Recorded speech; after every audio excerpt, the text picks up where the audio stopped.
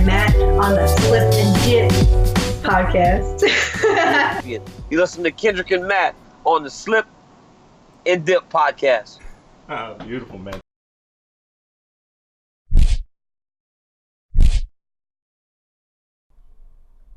What's up, everybody? Slip and Dip podcast, episode 98. Fresh off the heels of Canelo Jacobs, yours truly was in the house. Crazy weekend. While I was holding it down in Vegas, my man Matt Wells was holding it down back in D-Town watching UFC. Don't worry, we still got you covered on both sides of the fence. Of course. Always. That's how we do. Got an action-packed list of guests. We got JoJo Diaz. If you're watching the Canelo fight, you know who he is. He put that one-hitter quitter. Had what they need to do more in MMA. My man got up on the apron and threw the towel to stop the fight because his man was getting his ass whooped. That's what you do. You save the fighter to live another day.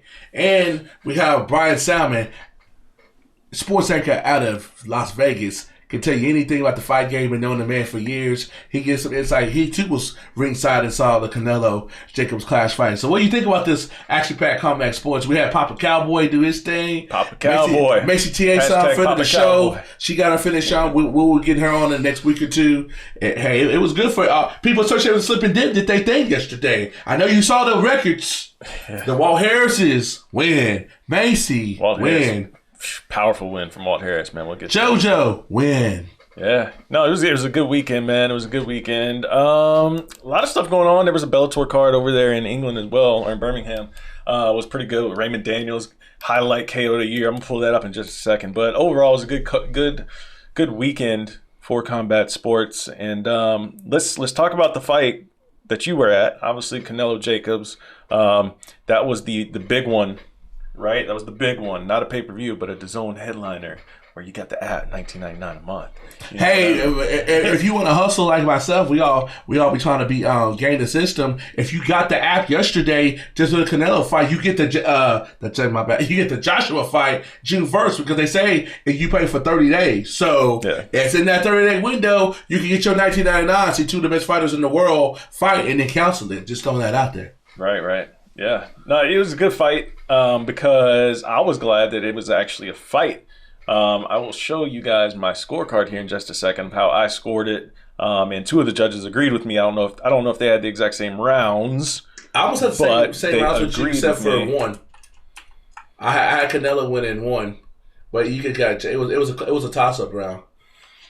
I had the first round was close, but I had Jacobs winning because he landed more punches. That's basically it for me. And then Canelo looked like he started to run away with it, and that was becoming boring for me because I was like, this is just like every other big fight in recent memory except for Wilder Fury, which had its moments of madness. But and then all of a sudden, like I was about to send a tweet, like, man, this is really becoming like one of those things like Eddie Hearn was talking about with you in your interview, with all these pay-per-views are just one-sided showcases for the A side, and then all of a sudden Jacobs won a round. I was like, all right, I'm not gonna publish this tweet.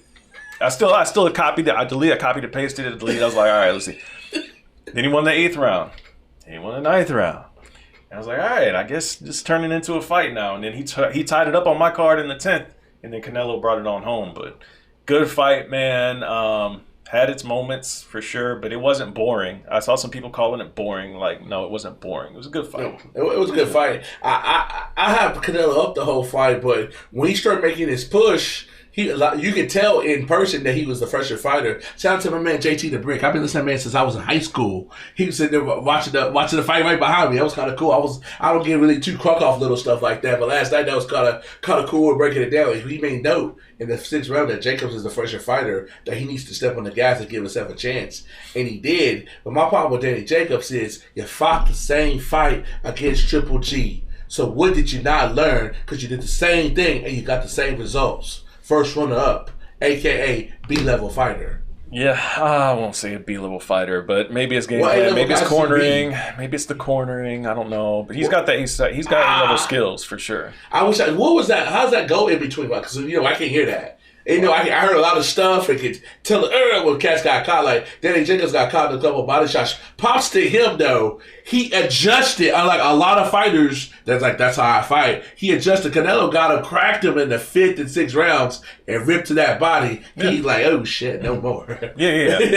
He made adjustment. He didn't like how that felt. The biggest thing for us sitting at home watching was the commentary, because the commentary was atrocious. People were clouded on Sergio Moore. Who was the other guy? Sergio wasn't as bad. Brian Kenny was the one. Brian Kenny was... Floyd's guy. That's Floyd don't like him. Brian Kenny was seriously Canelo. Like, if he was scoring the fight, Canelo won every single round. Like, it was ridiculous. Jacobs would land a nice combination and Brian Kenny wouldn't say a thing about it. But as soon as Canelo landed any glancing blow, and Canelo's just going like bro, like Jacobs is having a good fight. He's putting on a good fight. But let Brian Kenny tell it, Jacobs was getting in there, getting his ass worked from bell to whistle, which is not how it went down whatsoever. Like I almost muted the commentary. It was that bad. Wow. I almost muted it. I like listening to commentary because I'm a commentator myself, so I try to listen to everything. So you learned from the professionals last night. Yes, man, it was ridiculous. I'm like, dude, how are you not calling out what's literally happening right in front of you? It was like I get it's the zone. I get Canelo's the guy under the zone, but Canelo can get hit, and Canelo was getting hit last night. So you got to call that when you see it. That's all I'm saying. Somebody want a boxer do something. I remember it's about you can't get mad at somebody doing whoever's cutting their paycheck doing what they tell them to do. Yeah, it was insane, man. It was insane. Undercard was actually pretty decent, right? We got another friend of the show. I don't know when we're going to get him on here, but Virgil Ortiz Jr. If you don't know the guy, you should subscribe to the app. He is a future star. Golden Boy was hyping him up as the best prospect in the world right now. I wouldn't say that, but he's in there. His name's in the mix when you consider the Teofimo Lopez's of the world and the David Benavidez. He's on that short list. Yeah. And he's about that life. He stopped somebody that got with Danny's mixed up, Danny Garcia. Right. And some people think beat Danny Garcia when he had the belt. He clearly beat him because he ended that brutally. Yeah, as you can see right there if you're watching on YouTube, man. He stunned him in the first round with some beautiful combination and he stepped right back on the gas. Oh, you're not getting out this round. This fight's over. Because usually dudes in today's boxing, we've seen some dudes severely hurt. They recover in between rounds and they can't get them out of there. And they end up fighting 4 or 5 rounds longer than what they should, or they go the distance. Not with Mr. Ortiz. He said, not today, not on my watch. Yeah. Look at the uppercut. Good work for him. Good work for him for sure. And of course, our one of our guests this week, Mr. JoJo Diaz, had a nice performance as well. He told me he was going to get him up out of there. I'm like, JoJo, when you going to get somebody stopped? I've seen him fight 5 or 6 times in person. I've never seen him stop somebody. He did last night, though. You put the beat down when the trainer had to save the fighter from himself because he's taking too much punishment. Because his body punches, like, right here, look at that towel go in. Kenny Bates couldn't even stop the towel. It was so bad. He was so into it. Yeah, no, it was a good stoppage for sure for the corner. It's a good corner stoppage. Let me put it that way. And then he said, "Thank you." Maybe I don't know. He's not mad though. Usually when people to the towel, they all up and all they want. If I see people trying to fight their trainers, he wasn't trying to fight his trainer. I'm just saying. He's like, "Thank you for saving me." Right. No. Yeah, because they're not going to call it out. I mean, a boxer is more often than not, though. I mean, who knows? But anyway, I think it was a good stoppage for sure. JoJo out there with the blue and greenish hair said he was. You just see the towel just flop in right there in the background. Yeah, it was a good call for the corner for sure. I like to see it. One of the things we don't see in MMA, mainly because in MMA, I think guys just have more ways to win. But in boxing, it happens more often. It's like, hey, if you can't get it done with the hands, you're not going to get it done. So, I mean, that's just what it is. It's just what it is. But in MMA, at least you got the opportunities to get it to the mat and try crazy submissions from all different angles and stuff like that.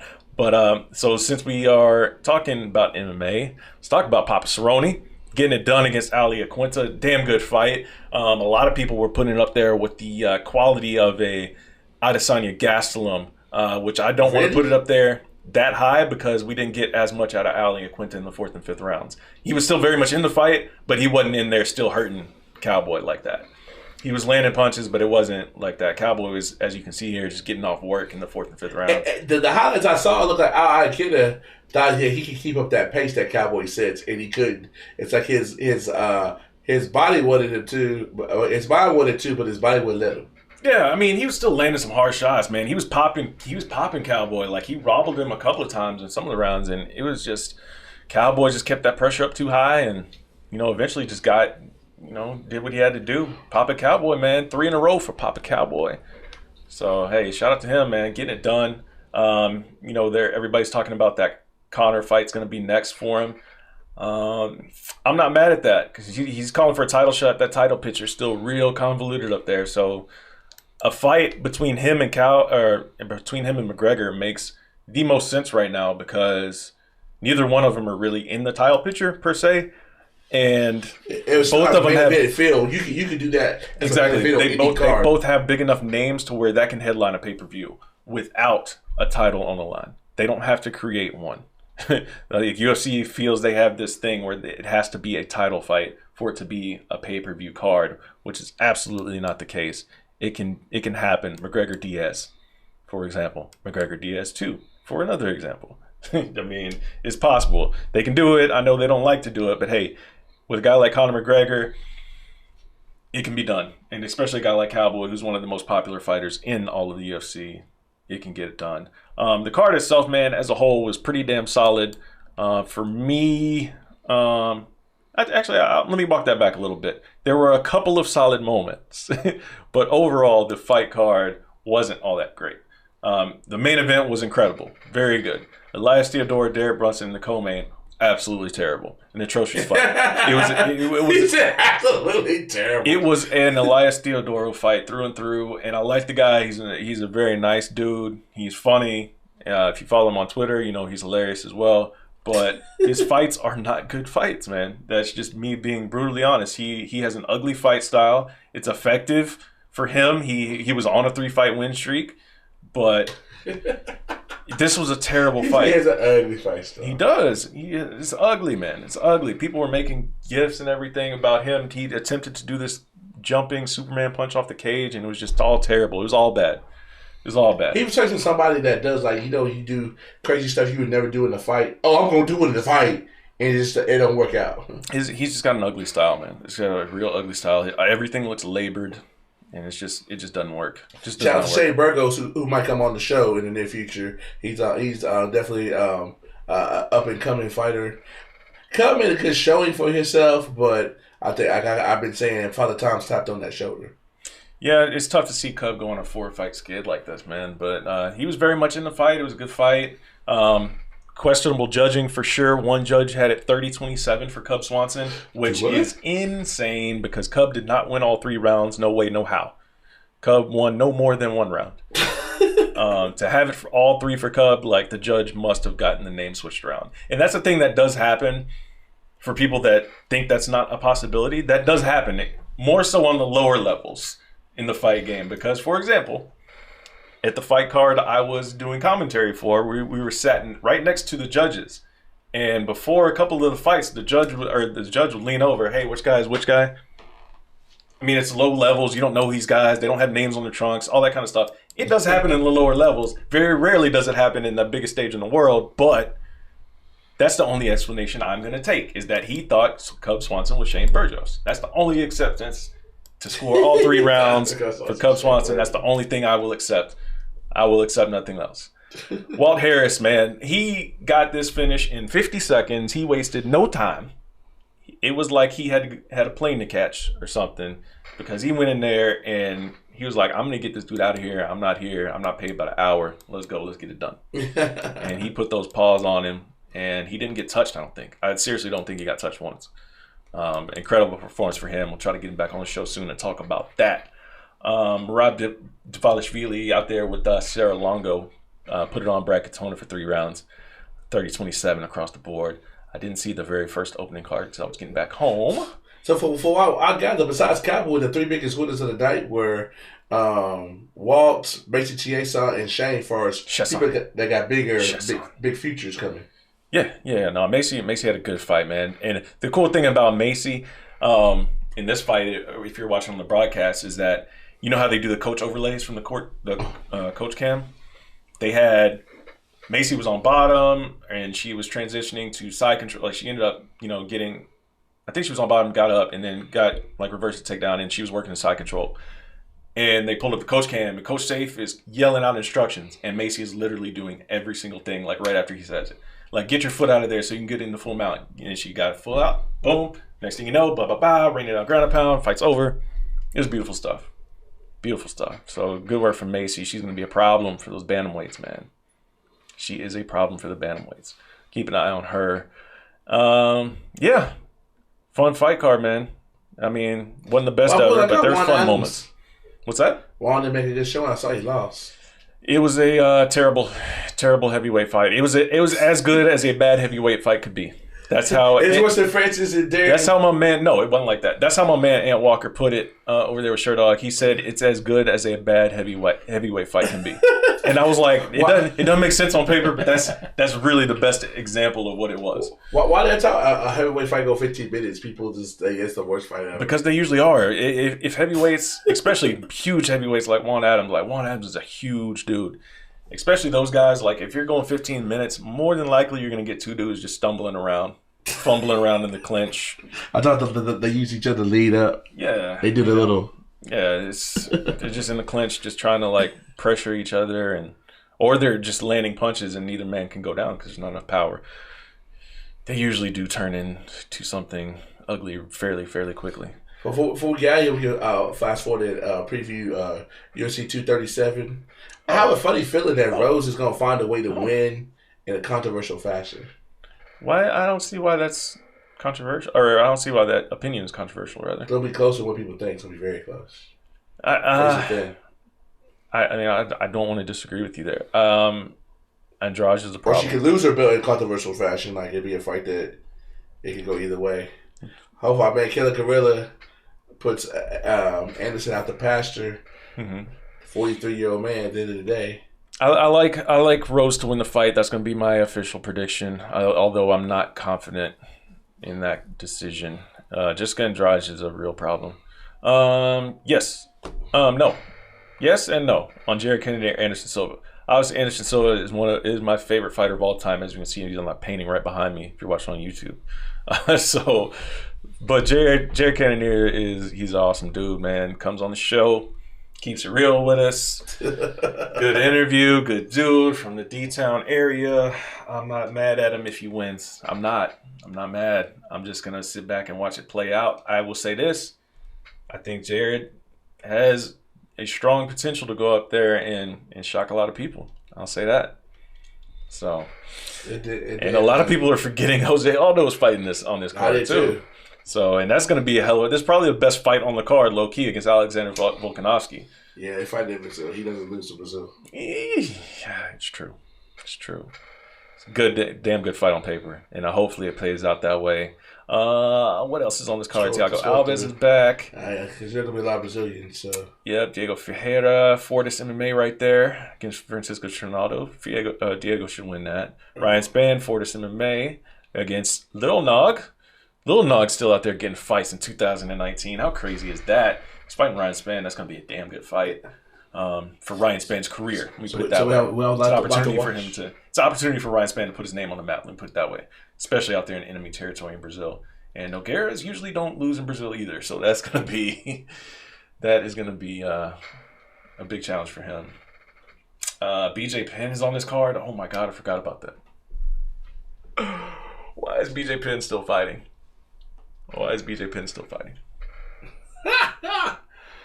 Yeah. Against Clay Guida. Oh my gosh. That dude's he takes a monster before you go fight. Right. He is a walking monster can. That's what Clay Guida is. Good dude. Very good guy. For sure. He's hilarious, but he is a walking monster can when it's time to fight. Yeah, there's only 3 fights on the ESPN televised portion, which is, I think that's the right way to go. See, this is the perfect card, man, that we should watch together at a restaurant. I do not watch fights at restaurants. Like I said, it's not a high consequence. You don't have to worry about nobody messing your flow. You can promote the show. It's a win-win. We're trying to grow the show. Do your part now. I'd rather buy a Facebook ad than be around a bunch of drunk people yelling out shit they don't know what they're talking about. You can't be drunk in Texas. You know that. Main card, man. I will say this on with this ESPN Plus thing and the whole pay-per-view thing. Hopefully they keep it the same pacing. I don't see why they wouldn't. That they kept this card this past weekend because the card just flew by and everything stacked up real nicely too. Because for us sitting at home, they pushed Canelo and them back. They stepped. It worked out perfect because UFC card ended. Boom. Let me switch over to the end of the Warriors Rockets game. I got to catch that end of that overtime. That was over. Boom. Let me go grab a drink, get some more snacks, and then Canelo's walking to the ring. So it all played. I don't know about the Warriors game, but I wonder if the UFC ended and stuff had anything to do because Canelo got pushed back 30 minutes. No, I think it was the basketball game. If they were pushing back for another event, it had to be the basketball game because UFC ended a good 45 minutes before that. Okay. Yeah, there was a lot of time in between the UFC and Canelo Jacobs coming to the ring. Gotcha. So yeah, because I'm being in there. You can tell they push people back because JoJo got his man up out of there early, and Virgil Ortiz got it down up there early.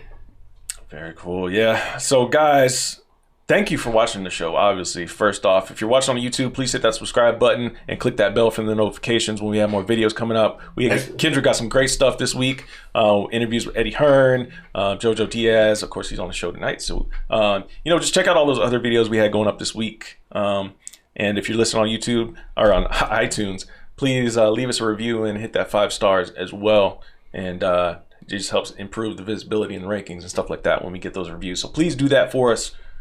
Free stuff you can do to help us out. And of course, share it around as well once we, on the social medias and all the blogs and stuff like that. We appreciate it, guys. We'll be back next week with more fantastic guests for episode 99, approaching that 100 mark. Ever so close, so close. What do you guys think we should do for the 100th episode? Leave a comment below. Let us know. Till then, enjoy these interviews, and we will be back next week. Peace. Please welcome to the Slip and Dip podcast, making his Slip and Dip debut. He's been wanting to be on the show since we formed it. I gotta give it to him. Before we even got the Cormiers and the Wilders, this man has been supporting the show. We in episode 98. He making his debut. My friend and mentor, Mr. Bryan Salmond, sports director for KSNV in Las Vegas. He too, like myself, was ringside to see the Canelo and the Danny Jacobs fight. What's your takes on it? I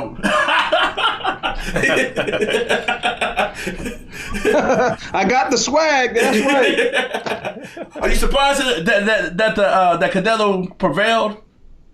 You know what? Honestly, I'm not necessarily surprised that Canelo prevailed, but in the fashion that the fight happened, I'm a little bit shocked in the fact that Daniel Jacobs didn't try to put more pressure on Canelo and use his size more than he did in the fight. I mean, he paid that hefty fine to be 3 pounds overweight, to be 173 pounds, and he didn't use that 173 pounds until maybe a little bit, sort of, kind of, in like the 5th and 6th and 7th round. But yeah, that was disappointing. I don't know how many times you seen Canelo. That was my 8th time to see him in person. I don't know how many times you seen him other than the Floyd fight, and I really don't count the Floyd fight because that was amateur Canelo.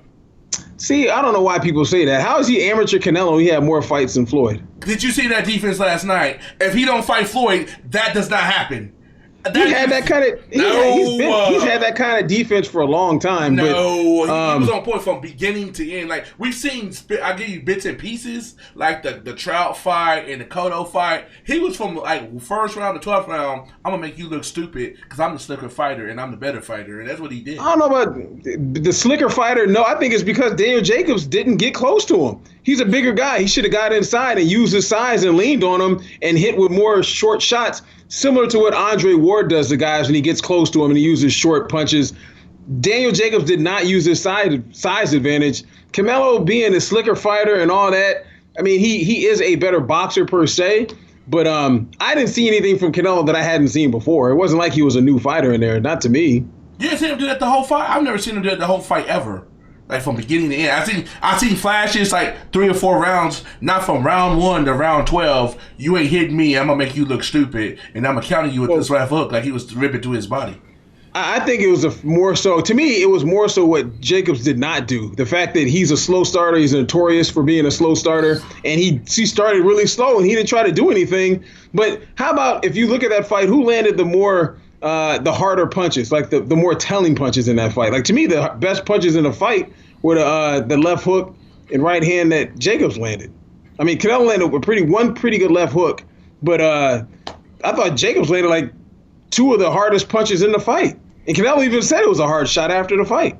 Yeah. The thing is, though, like watching those replays, watching those back today, like I didn't realize how well Canelo was rolling with them because like that one big left hook that you're talking about, I know it's one like that's the biggest shot of the whole fight, at least in the scene. But like Canelo, like he turned a good quarter of the way as that punch was coming, so he rolled with it pretty nice. But I still think that round in particular, I forget which round, like that particular sequence. Ninth, maybe? Maybe it was the ninth. But that was definitely the biggest round for Jacobs for sure, because he landed like a nice little combination even just a few seconds after that too. He did, yeah. He followed it up with a nice shot, and then he gave his nice little signature, little head nod. But yeah, no, I agree. I think Canelo controlled the fight, as Kendrick said. I don't know about making Daniel Jacobs look stupid. I think the fact that Jacobs he needed to put more pressure on, and I didn't care for the fact that.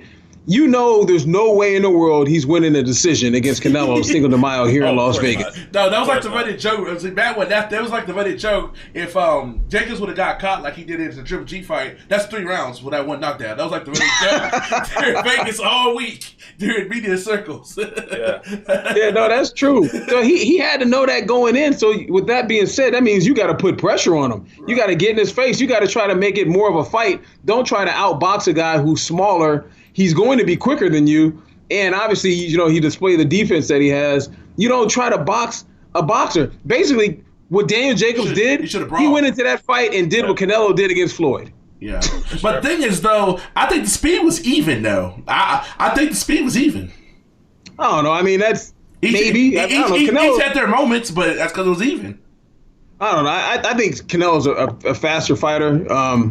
But, I mean, it wasn't like Daniel Jacobs' speed or Canelo's speed was lightning quick and Daniel Jacobs was really slow. No, that like was Amir Khan against Terrence Crawford. It wasn't that kind of a difference. But I think Canelo's, pretty obviously he's a faster, more, like you said, a slicker fighter. Jacobs just didn't use what he should have used in order to fight. You don't box against a guy who is a better boxer than you. That makes no sense. No, it's a bad game. Wouldn't you say that Danny Jacobs kind of solidified himself as a B-level fighter? Because he did the same thing against Triple G, and he didn't learn his damn lesson. I don't got no time for that. I give you 2 chances. You struck out. He did the same exact thing. No, you think he tried to outbox Triple G? No, he started slow and then wait till the 6th, 7th round to put the gas on. It was too late. That I agree with. I don't necessarily think that makes him a B-level fighter. I think that makes him a guy who goes in with a bad game plan. Right. That's what B-level fighters do. He's got the skills. Yeah. That's just a bad game plan. I mean, Canelo had a bad game plan against Floyd. Canelo had a bad game plan against Larry Lara. No, I think you don't try to outbox Lara because he didn't. No, I think that style gives some problems. Danny Jacobs, in fact, that style. You get somebody that's in Canelo's age bracket and that's remotely in his size, he gonna have problems. One of the Charlos, I forget which one. One of them would give him all kinds of problems because athletically they're in the same age, so his age is not gonna come in later in the rounds, and they're the same size. I don't know. I mean, Canelo's generally is a guy who gasses out towards the end of a fight. He's not like a guy that has supreme conditioning, and it wasn't like he had great conditioning in this fight. Sure. I think that basically the way that Canelo beats fighters is one thing what Daniel Jacobs said during the entire week is he fights guys that are generally past their prime for the most part. He drained Jacobs for the most part as well. Didn't let him rehydrate, even though Jacobs did rehydrate more than he was supposed to and got knocked for about $1 million for it. But when has Canelo fought somebody that was really in their prime? That was a fighter that you really thought that he would lose against. Oh, you don't have to preach me. Maybe my co-host over here. Exactly. I don't think so either. Because they keep talking. The Golden Boys, shout out to them. They showed me love all week, but they trying to sit there and say that he's the best player of his era. He ain't fought nobody in his era within the age bracket, and then these people in his era, the Spences, the Thurmans, the Porters, and even the Charlos to an extent, are smaller than him. So they got to go up a weight class or 2 just to make the fight happen. Hold up. You think that Errol Spence is smaller than Canelo? He's at 4. Well, he fights at 147. I'm not talking about his weight class. 160. But Canelo fought at 54.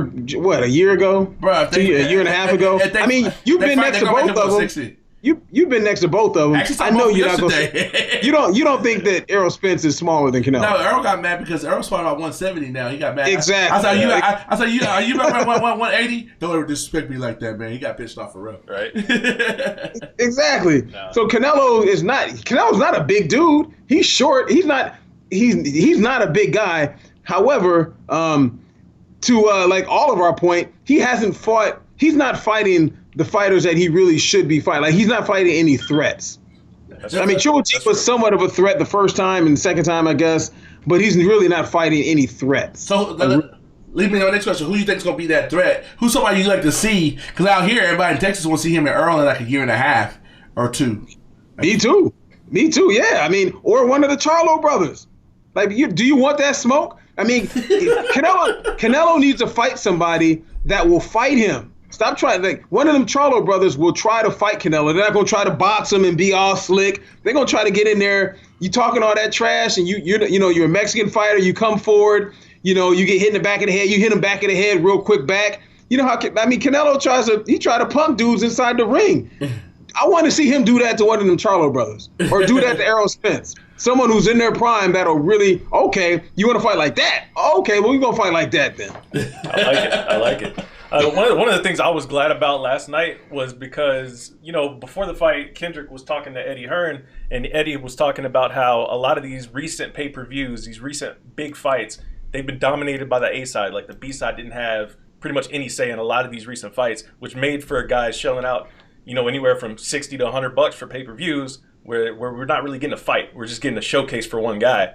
Mm-hmm. And halfway through the fight, I thought that's what we were getting last night. And then I was about to tweet that. I was about to hit send on that tweet, and then Jacobs won a round. I was like, let me hold off.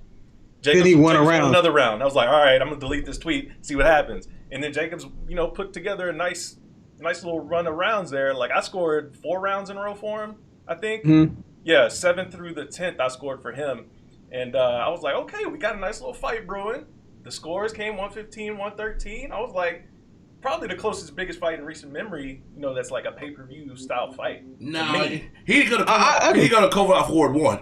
That's still the craziest. What year was that fight? That was 2 years ago. It was 2016 to 17. 2 years. Okay, well, biggest one in 2 years. Like, number one was probably 3, but yeah. Yeah. So I'm glad it ended up being a good fight, because I was like, around that 6th round, I was like, really? No, I was like that too.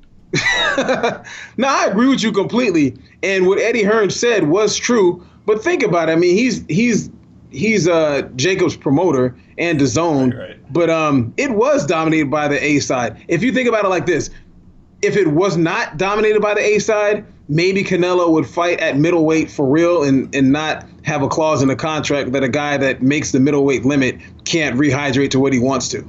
Like, that's absurd. I'm tired of guys doing that. Like, if you gonna fight at whatever division that you're gonna fight at that division and stop making all these catch weights and all. I don't want to hear all that.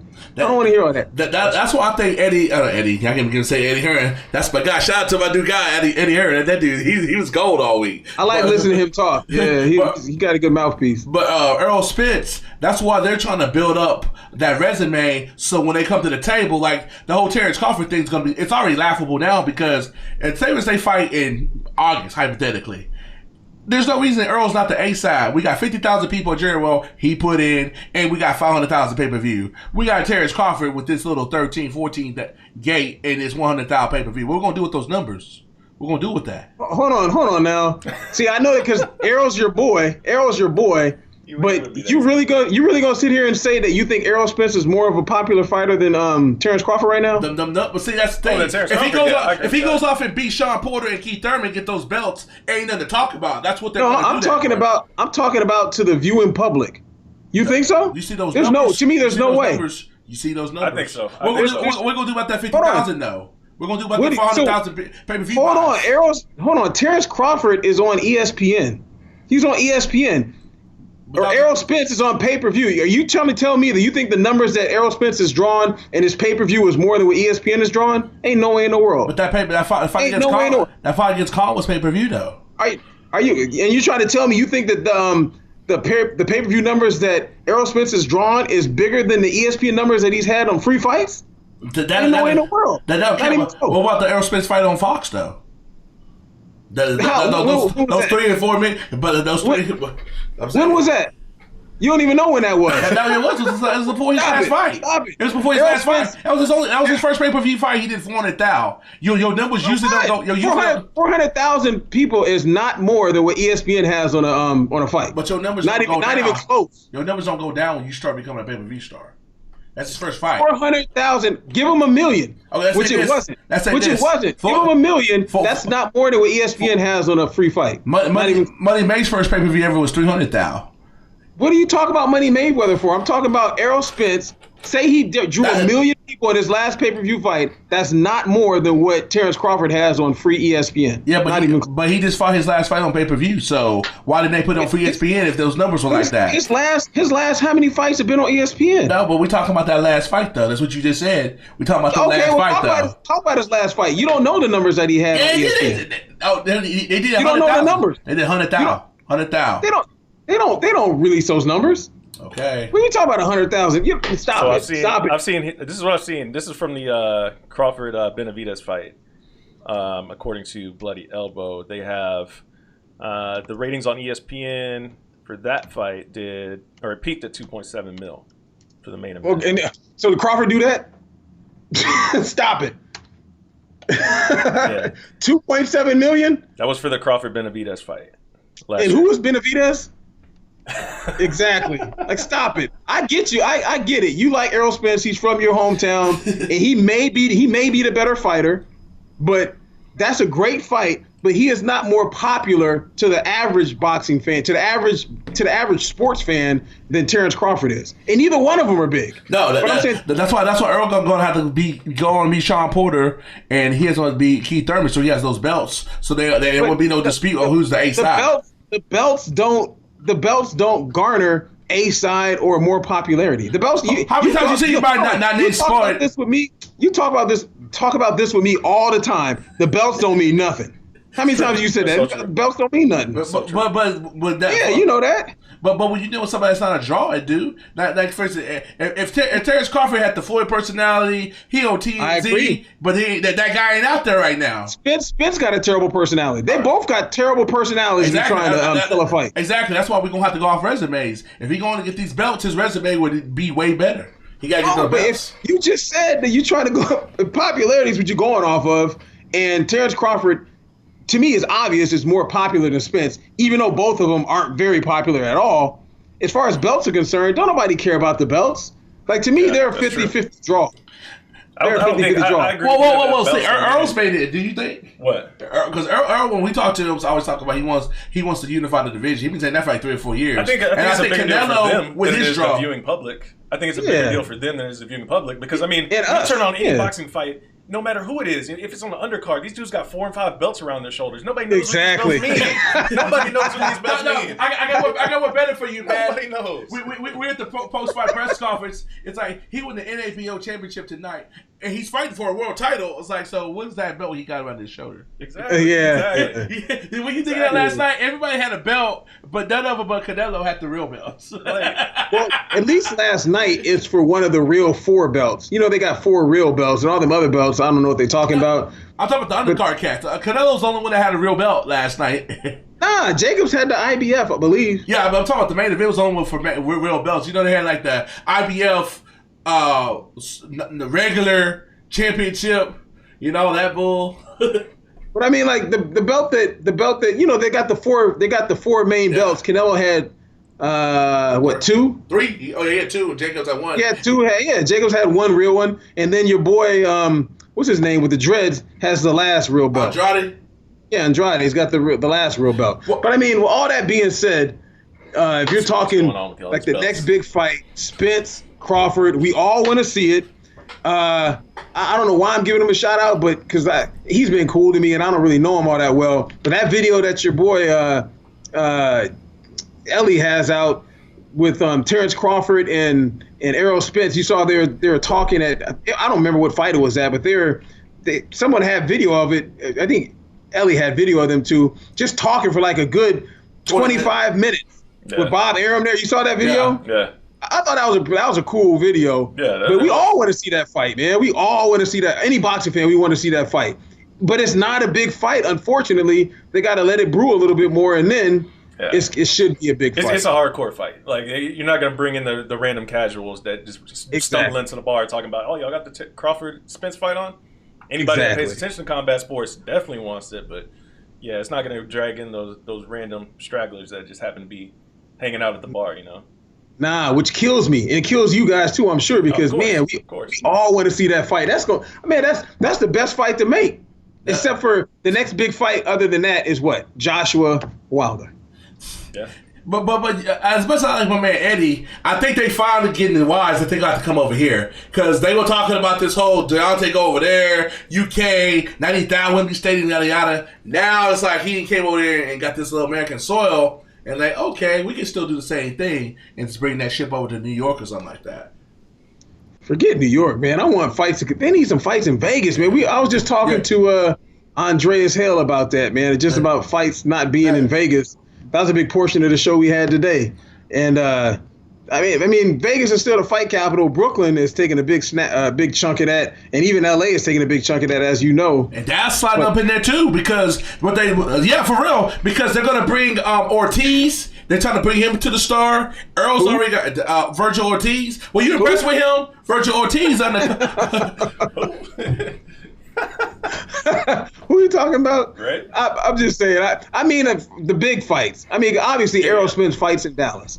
I mean, and Dallas is also has been a big draw. I mean, Canelo's fought there as well. Yeah, but other than that, but I'm saying they're trying to get people like to fight. The star's a big thing for fighting that, because it kind of leads into them fighting at Jerry World, and nobody, not New York, not LA, not Vegas, can compete with that 100,000 palace that we call Jerry World here in Dallas. He a Cowboy hater. Full disclosure, he's a Cowboy hater. Yes, they can. And another thing too, to give you a story, you gotta do a story on that, Brian, because Al Heyman they said that the Vegas people, like their I guess their template or whatever for how they do the fights and stuff is outdated. That's why they're trying to get that new money. That's half the reason why they're moving them fights.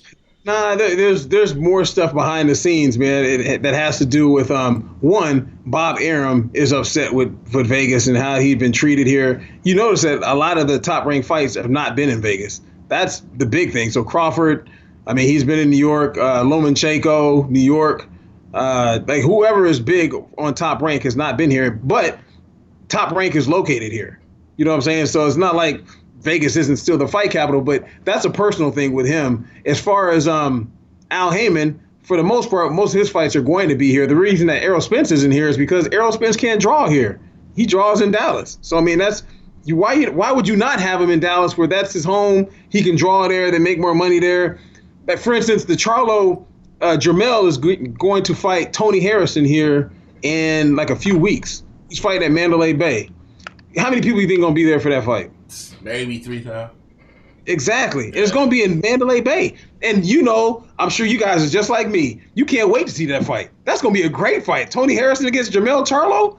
That thing is not going to draw. So, I mean, what boxing needs as far as like the drawing fans and casual fans and everything else, I mean, they need some good fights to go down.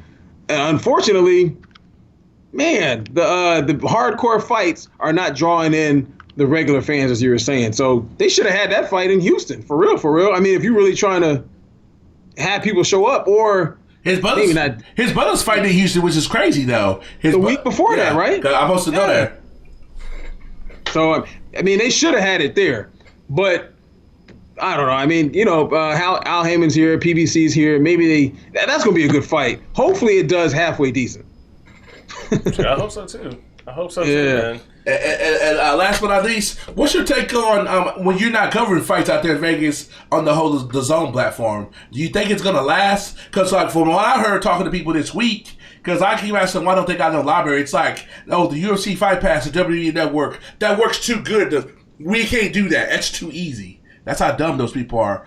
But They also Who said that? I'm just talking about just what they've been doing. It's like they should have just copied that. The template's out there. There's like some smart person's like, that's too easy. I don't want to do that. But what they did tell me though will be the ultimate. I sign my black ass up. They get the NFL Red Zone. I'm signing up the next day. That's what they're supposed to get. Oh, like trying to that's a game changer. Boy, make a joint with somebody. Yeah. I'm signing up the next day. Yeah, that's funny you asked that. Just because I swear you must be going over all the content that I did today on my show. You guys got exactly the same content. Again, man, we had Andreas Hale in here. You know, he works for Sporting News, and Sporting News is owned by DAZN, which I didn't know. And I asked him that very question. Him and T.C. Martin, a guy who does a radio show out here in Vegas. But I asked him about that very question. How is DAZN doing? What do you think of the model and everything else? Andreas went on to talk about the fact that Netflix, when it first came out, people were kind of like, man, what the heck is this? Don't nobody want to do Netflix. But now Netflix is the bomb. You know what I mean? ESPN and ESPN Plus. I don't know if you like me, but I'm like, man, I'm not paying for that. You know, DAZN is probably the same way. A lot of people are like, man, I'm not paying for that. But soon, if you think about it, $90 for all these fights is better than $90 a fight. Right. You know what I'm saying? And especially if they have a lot of good fights on there, the Jacobs and the Wilders and the Canelos and Triple Gs. So, and think about it like this too. The fan base of boxing is older for the most part. It's like 35, 40 and up. And people that are that age range are used to doing it on pay-per-view. We just got to learn how to watch fights differently. Yes. So I think in a year from now, it'll be better. It's not going to be, it's probably not good right now, but it's going to get better. I think it will get better. I don't love it. My whole thing is if they don't get the NFL, they got to get those libraries. Like, I'm sitting there, I'm a hardcore Canelo fan. I was in Canelo's first fight. They got all this money. They don't want to, because they don't have to pay money to Showtime and HBO to get those. They don't want to do that. They need to check their ego and go on and do what's best. So if they really trying to grow that thing, that's what it comes down to. I don't. Yeah, they'd have to buy the video from HBO, and HBO's probably charging an arm and a leg for it, I would assume. I don't know how that whole thing works, but I agree having a library would be smart. But you can go on YouTube and find. I mean, the Canelo fight was on YouTube, put out by HBO. You know what I mean? You know how they put up the fights before the fight. Yeah, so I watch a lot of them. Another huge selling point, though. If they can get it full HD, high quality, whatever you want, just fire it up right there. Boom, like, you know, just have it all linked up right there, just like Fight Pass does. It'd be awesome. But I think I agree. A huge selling point.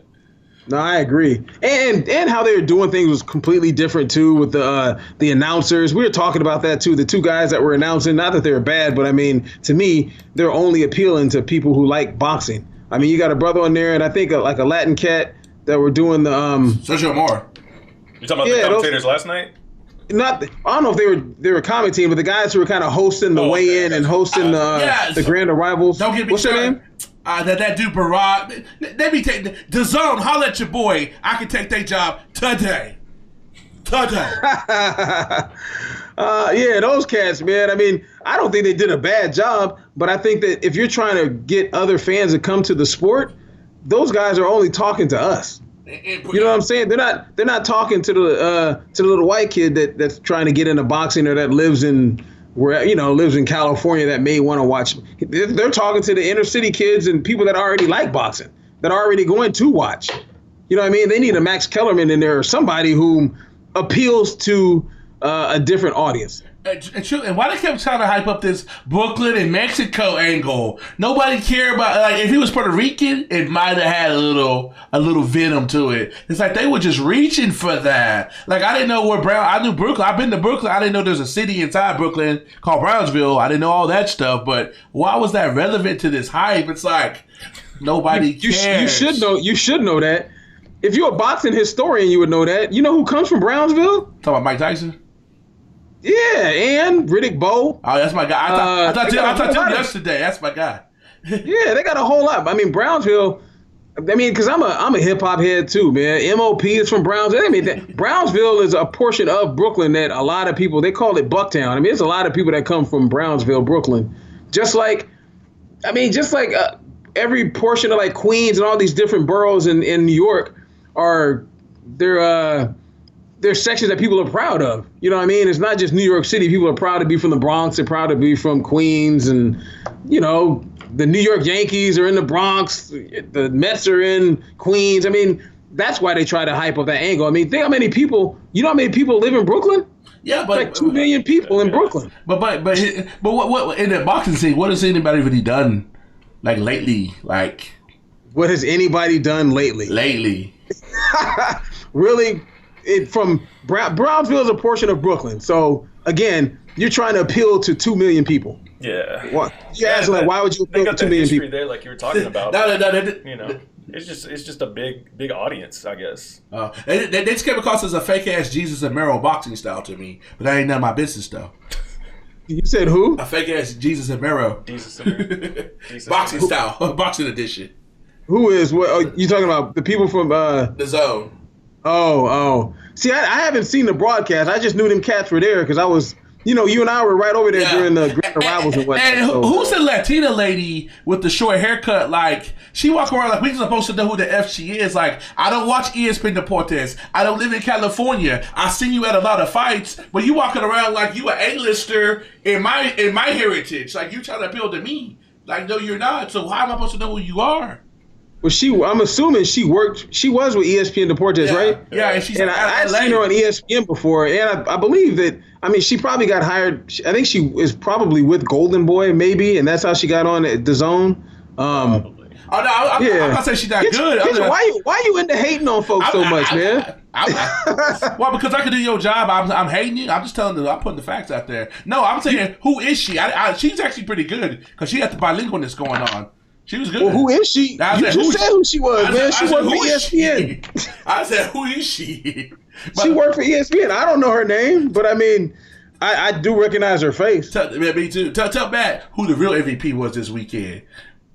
Who was the real MVP? What, Kevin Durant's mom? No. I'm talking about the weekend. How you like that pool? Is that a pretty good pool? Yeah, that's a pretty good pool right there. Who's the real MVP this weekend for Golden Boy? I don't know who. DJ. Oh. Anyway, you're over here trying to get folks in trouble. I don't know what you're talking about. I have no idea. Inside information on us? Yeah, he's talking about the provider of music for Golden Boy. Yeah, they had a lot of employees for Golden Boy. Really, the whole setup was good. You can tell him who you talking about. DJ Susie, shout out. I'll try to get on the show for real. Is that her name? Yeah, that's your boy, Susie. DJ Susie. Oh goodness, beautiful lady, talented woman. But this was the biggest Canelo fight I've been to that had a Mayweather field that didn't involve Mayweather. Mayweather Canelo is its own little bit.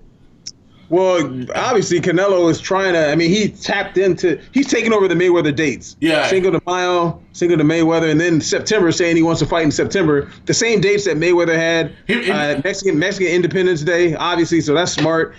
So Canelo is going to be a Vegas fighter. So he's going to fight in Vegas. But they talk those two things. He's been doing that for like 3 years since Floyd basically started retiring. But it's not just the taking over the Mexican dates. His backup, if something happens, he can always come to Texas. Because he's you miss Texas. He fought in Texas 3 times before he became Canelo. And more importantly, his marketing. My man slipped that hat on with that 3-time champ right after the fight, like he knew what was up. Somehow it gets back to Dallas. Don't nobody care about Dallas. I'm sorry. Oh my goodness. I know I'm hating. I'm hating. It's all good, man. What you think about his marketing though? He had the 3-time hat. We at the after party. People already got the gear, already buying it. That's smart. Oh, you're talking about the Canelo? Yeah, 3 times champion hat. Yeah. Okay, I thought you were talking about the Cowboys being. What are the Cowboys? How many titles they have? 5 coming for somebody who don't have a team, but we ain't gonna talk about that though. I do got a team, man, but I'm in the media, man. I cover the NFL for a long time, man. I don't rock with teams like that. The fools on ESPN can do it, so can you.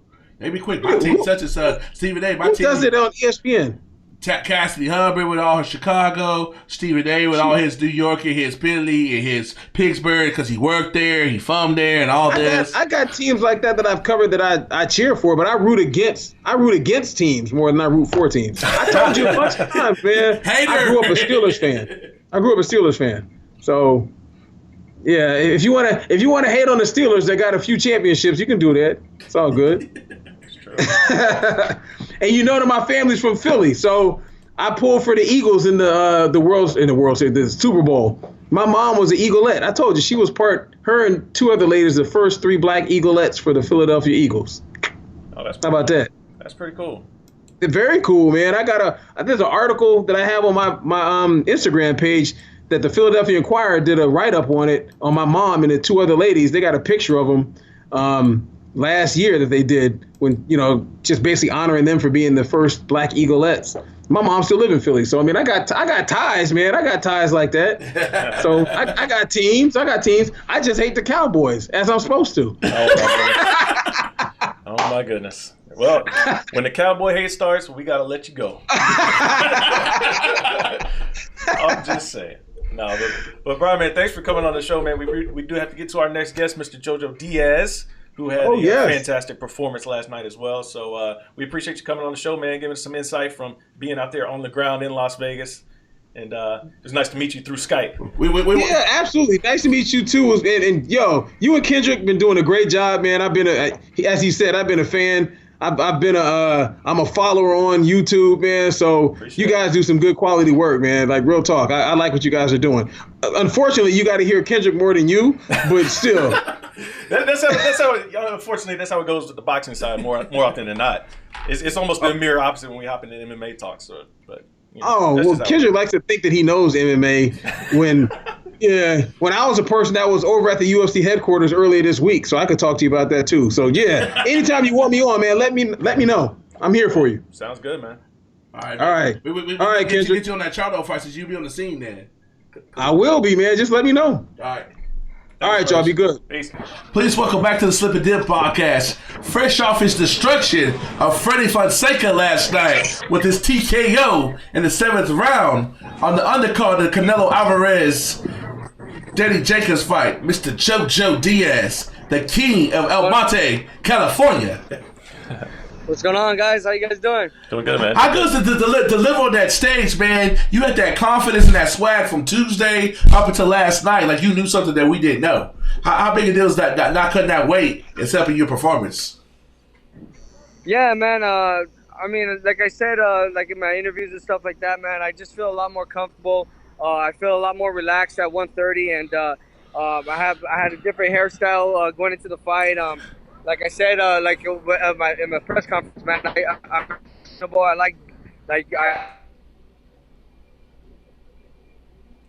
like that. So I always like switching up my swag and style too. So I had to dye the hair one time, and I don't know, man. I just felt like really, really strong, felt really comfortable, and I just feel a lot more relaxed and patient and stuff. All this pain, it's all going off now, man. It's all just going on, and I'm very excited about my performance, and I'm very excited that everybody loved my performance. How big a deal is to be able to be you, and how much of this is because of your maturity in the sport with all you went through the last year? It seems like we saw a more mature, not that you were immature, but a more mature JoJo Diaz, and we saw the real you, and you be able to let your swag and be you. Yeah, man. Like I said, man, I mean, I already have 29 fights under my belt now. So I'm 26 years old. I feel like I'm at my prime right now. I mean, I fought a lot of tough fighters. I fought Gary Russell Jr., I fought Jesus Rojas, Rene Alvarado, Andrew Cancio, Horacio Garcia. All these guys, man, I feel like made me the fighter that I am today. And not only that, man, I feel like I'm a lot more devoted to the sport. Like I said, I went through a lot last year, man. I was really at rock bottom where I was suffering with depression and all that stuff, and it was really, man, it was really like really tough times in my life. So I was very fortunate that I was able to, keep faith and just stay strong and just fight through the depression by just going to the gym and just knowing that everything happens for a reason, and just knowing that if I just constantly stay patient and constantly just keep on working hard and staying true to the sport, everything's just going to fall into place, and I will be champion. Very cool. Now, what was the toughest part about it? I guess, coming out of like that depression state, and getting ready to fight on a big card like this with, Canelo, knowing that there's going to be a ton of eyes on you to make a statement out there and go and put all that stuff, off to the side and go out there and perform. Yeah, you know what? I stopped suffering from depression in the beginning of this year. Like in January, I was like I would say after August, after I didn't make weight with this Ross, I was still like really really bad. But at that time, I was already in my depression mode after the Gary Russell loss. So I wasn't like really really committed. I was, I was just like really really down on myself, man, and knowing that my body wasn't, functioning right and everything because I was fighting at such a smaller weight. I was just like, man, it just wasn't good. And then after January, man, I started like seeking help. I started talking to my parents, started talking to my manager, and just being a lot more positive, not looking at things as a negative aspect anymore. Just looking at everything as a positive aspect and looking at life in positivity. And I mean, I'm happy as hell now, man. I'm really really enjoying life, and now I feel like God's opened up all these doors again for me to show out and showcase to everybody my true talents and what He blessed me with, and that's my skill inside that ring. And I mean, I was very fortunate that Oscar De La Hoya, Golden Boy Promotions, and all that gave me the opportunity to go out there and show out and to perform at my best, and I did it, man. And I'm gonna constantly continue to do this. Every single time, I'm gonna come out with a new swagger. I'm gonna come out, in a beast mode and very very ferocious. And it's killed or be killed inside that ring now, man. I am a nice guy. I smile and stuff outside the ring, but now I feel like inside that ring, man, it's kill or be killed, man. There's no more nice guy in there. There's no more nice JoJo Diaz inside that ring anymore. I'm gonna come out guns hot all the time. Would it be safe to say last night was a statement for the whole division, the whole super featherweight division? Absolutely, man. I mean, I know Tevin Farmer was there, and I know he was watching my fight, and I heard that he was talking shit right before my fight, so that just gave me a little more, energy, and it gave me a little more motivation to fucking actually go out there and perform. And I'm glad everybody liked my performance, and I hope that all the 130s are concerned about me, man. I hope that they're worried because, trust me, man, I ain't playing. I'm really coming guns hot, and I'm gonna be champion. I'm gonna be champion, and once I become champion, I'm gonna unify these titles. But besides being a very talented fighter, does it give you extra motivation when you see, like you mentioned his name earlier, Cantillo has a belt at 130 and you'd already beat him? Is that like, it's like you think you can get a belt? Is that kind of like an insight for like motivation? Yeah, I mean, without a doubt, man. I know how talented I am, man. I know that I deserve to be champion. I mean, I should have been champion already, but I didn't make weight. So I should have been already a world champion, but unfortunately, everything happens for a reason, man. I know my skill and I know my talent, and I trust everything inside the ring, and I trust myself and my ability inside the ring, and I have no doubt in my mind that I'm going to be champion. It's just a matter of when, and I know that my time's going to be coming soon. So yeah, you mentioned his name there a second ago with the little interaction I guess you had, or as you called him, you thought it was Kevin Hart. The little interaction you guys had at the press conference. So, I mean, how bad do you want to get in there with them and mix it up? I mean, or is it just something that's, insignificant to you? Nah, man, I really want to get in there. I mean, he's talking a lot of smack, saying that he checked me and pressed me and stuff when he came up to me. But, I mean, you guys can see inside that video, man. You guys see in the video, I wasn't, like, backing down. Yeah, when he came up to me, because here's the story, man. We went on live. Sorry, the music, because I'm walking around in Vegas, guys. Sorry about that. But we went on live. He was on live, and I went on his live page, and he told me like, "Hey, Joseph, like, I respect you. You're a talented fighter and all that stuff. Like, no hard feelings and all that stuff. Wooty woo, all this shit." So like when he came up to me and when he seen me, I thought he was gonna be like, "What's up?" Like, "Oh, like, what's good?" and stuff like that. So like I shook his hand. I was like, "Hey, yo, what's up, Tevin? How you doing?" He was like, "Yo, what's up?" And then all of a sudden, like, his whole demeanor changed, and that's when my demeanor changed. That's when I actually started, being like really serious about it too. And I was like, "Man, like, I'll beat your ass, Tevin. Like, don't let this smile or anything fool you, man. I'll fuck you up, man." And but I mean, he I guess it is what it is, man. When the opportunity comes, I know the fight's gonna happen. It's just a matter of when, man. He's talking all this shit, but then at the end of the freaking other interviews, he's saying he's not gonna give me the shot. So I mean, I'm just gonna focus on fighting these other champions right now at 130 and see what it is. I mean, uh, eventually he's gonna have to fight me sooner or later, no matter what. It's gonna come to a point where he has no say so. He's gonna have to accept the fight, or he's gonna have to vacate the title. Do you think the fact just from a stylistic matchup that you're a mighty man for him because you press the attack, you stay on the aggression, and he's a very defensive fighter, and he's not that much. He don't put that much offensive output. Yeah, Kevin Farmer, he's a very, very slick fighter, man. But I honestly think that my body shots are going to kill him. I honestly think that he's not going to be able to move as much as he does inside that ring, like how he usually does, due to my body work and my constant pressure. Like I said, man, I learned a lot with the Gary Russell fight. I didn't take as much chances as I should have, knowing that it was fucking for a world title. I fucking slacked off, and that was my fault. But now, like when I say this, man, I'm saying it by heart. When I get another world title shot, man, I'm taking all these chances, man, because no matter what, dude, I know that I'm probably that might be like the only world title shot I may get again. So I'm gonna put it all on the line, and I'm gonna go out there, gun swinging, taking chances, being aggressive, landing body shots, and being ferocious in there. So I just don't think that he's gonna be able to keep up with my pace when it comes the fight night. Very cool. Now, was there anything in particular like behind your choice of hair color, or was it just it was like, hey, I'm feeling this whole look right now, and this is what we're gonna rock with this fight? Nah, yeah. Well, I was like listening to like Maluma and like Bad Bunny, and I seen like Jaden Smith and all these guys like dye their hair and shit like that, and I was like, oh man.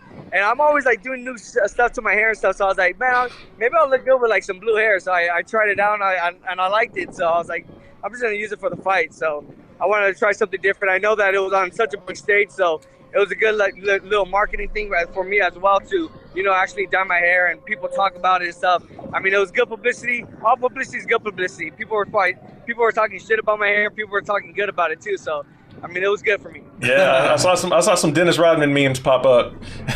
For real, yeah.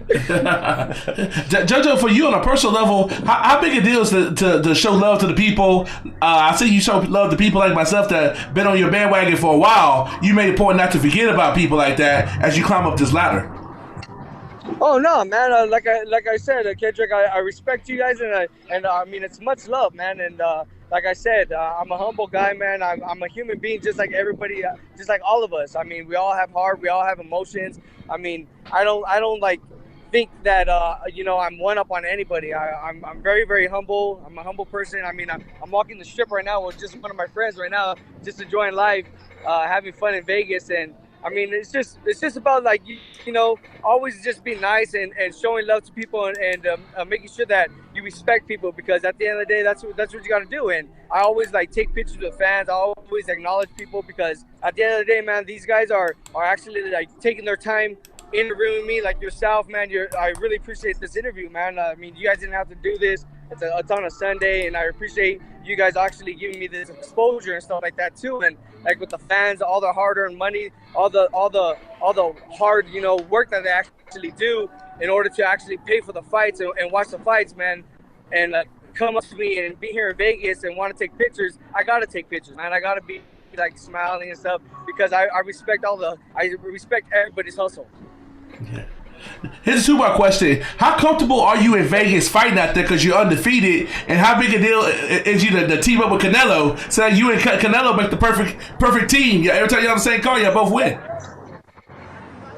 Yeah, what'd you say, Kendrick? It's like every time you're on a Canelo car, y'all both win. Like y'all team up that Canelo Diaz tandem. And how big it is for you to be comfortable in Vegas, because you undefeated out there in the fight capital of the world. You seem ultra comfortable. Like last night, you walking around like, this is my house. You just rented it out. Oh, absolutely, man. And soon, I like I said, man, me and Canelo, we bring in a good crowd, and I have a good fan base too, and I had a lot of people there supporting me, and it was awesome to be fighting on his card. And like I said, man, I mean, fighting in Vegas is a dream come true. I mean, I always wanted to fight in Vegas, and ever since I was a little kid, and for me, given the opportunity to fight here many times, I mean, it's a blessing, man. And I'm just looking forward to one day hosting an actual main event here in Las Vegas, man, at the MGM and selling out the T-Mobile Arena on my own card. That's the main goal. I just got to speak it into existence, just constantly believe and just put in the work, and I know it's all gonna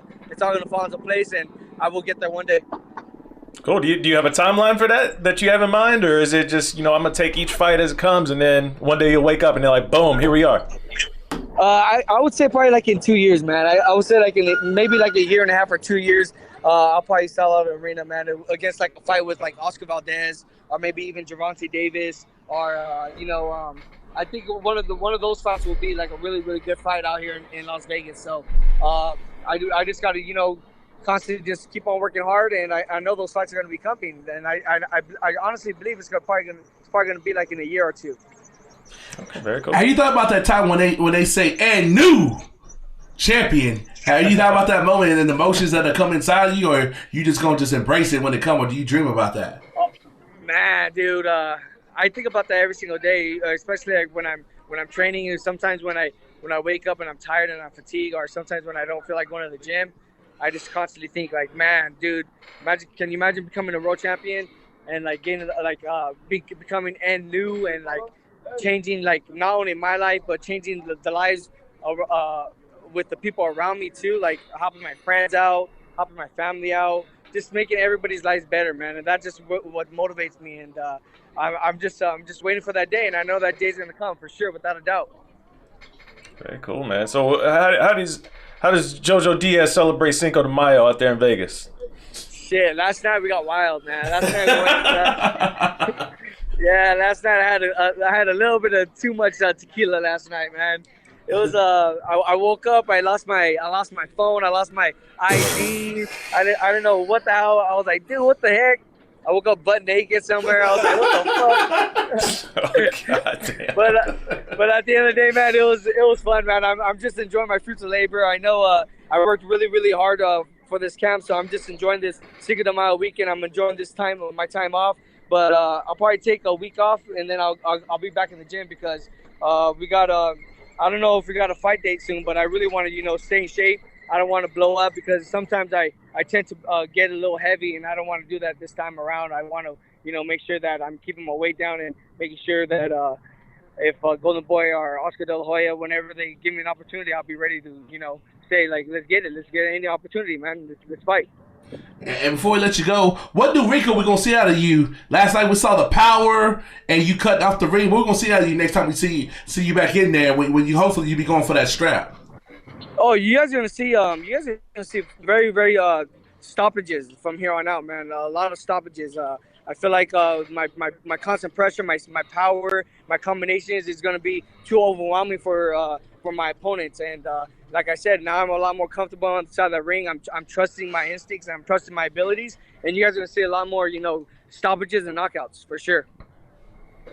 Very cool, man. I'm excited to see you get back in there, man. It was fun to watch this fight as well. Like I said a second ago, man, a big card. So we appreciate the time, man. We'll let you get back to your Cinco de Mayo celebration out there in Vegas. Let you. Thank you, bro. I'll definitely be in touch too. I know. I'll try not to drink too much tonight, man. All right. All right. Appreciate it, bro. All right, you guys be safe, bro. Peace.